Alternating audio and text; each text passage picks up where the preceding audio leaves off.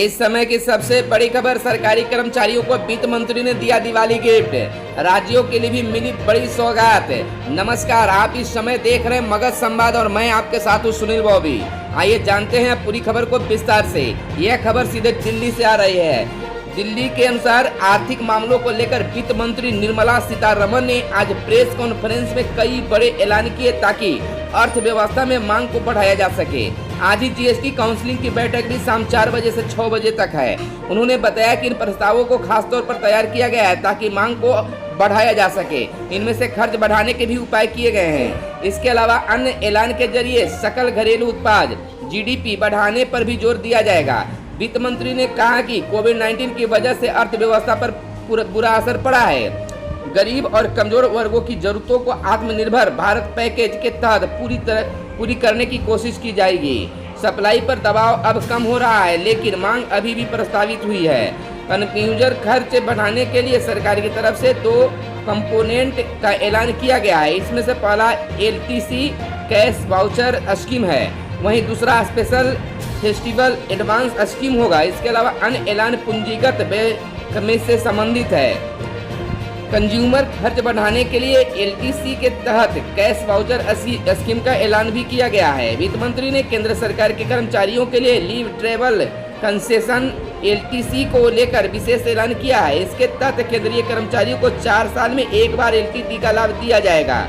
एक एलटीसी से उन्हें भारत में कहीं भी घूमने के लिए और होम टाउन जाने के लिए दिया जाएगा। इधर आपको बताते चले कि भारत में कहीं और नहीं घूमने की स्थिति में होम टाउन जाने के लिए 2 बार एलटीसी का लाभ दिया जाएगा।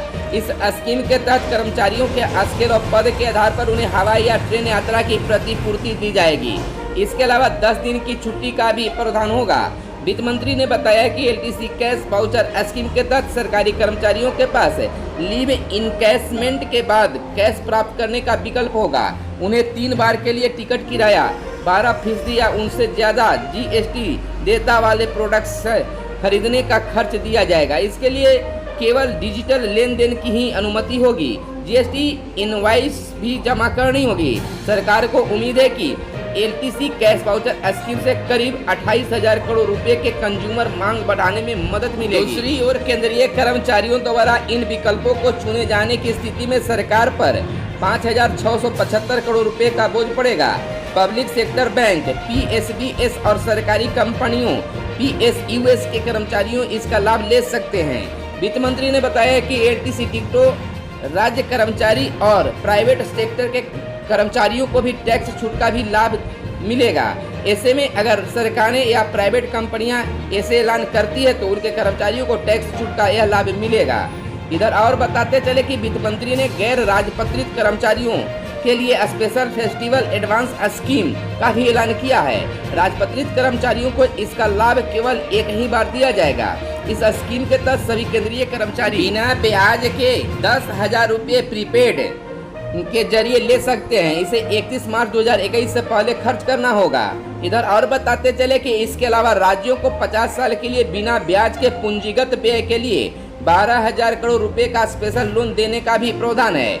निर्मला सीतारमण ने बताया कि पूर्वोत्तर राज्यों के लिए पहले हिस्से के तौर पर 1,600 करोड़ रुपए और उत्तराखंड हिमाचल प्रदेश के लिए 900 करोड़ रुपए का प्रस्ताव है। इसके अलावा दूसरे हिस्से में अन्य राज्यों को कुल 7,500 करोड़ रुपए स्पेशल लोन के रूप में दिए जाने का प्रस्ताव है। सभी राज्यों का हिस्सा फाइनेंस कमीशन डिवॉल्यूशन के आधार पर तय किया जाएगा।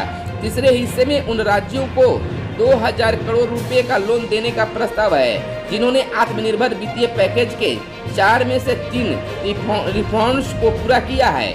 वित्त मंत्री ने बताया कि इंफ्रास्ट्रक्चर और संपत्ति तैयार करने वाले खर्च का अर्थव्यवस्था पर कई प्रकार से असर पड़ता है। इससे न केवल मौजूदा जीडीपी को सपोर्ट मिलता है बल्कि भविष्य की जीडीपी को भी बल मिलता है। उन्होंने कहा कि इसी को देखते हुए हम राज्यों और केंद्र के पूंजीगत व्यय पर ज्यादा जोर देंगे।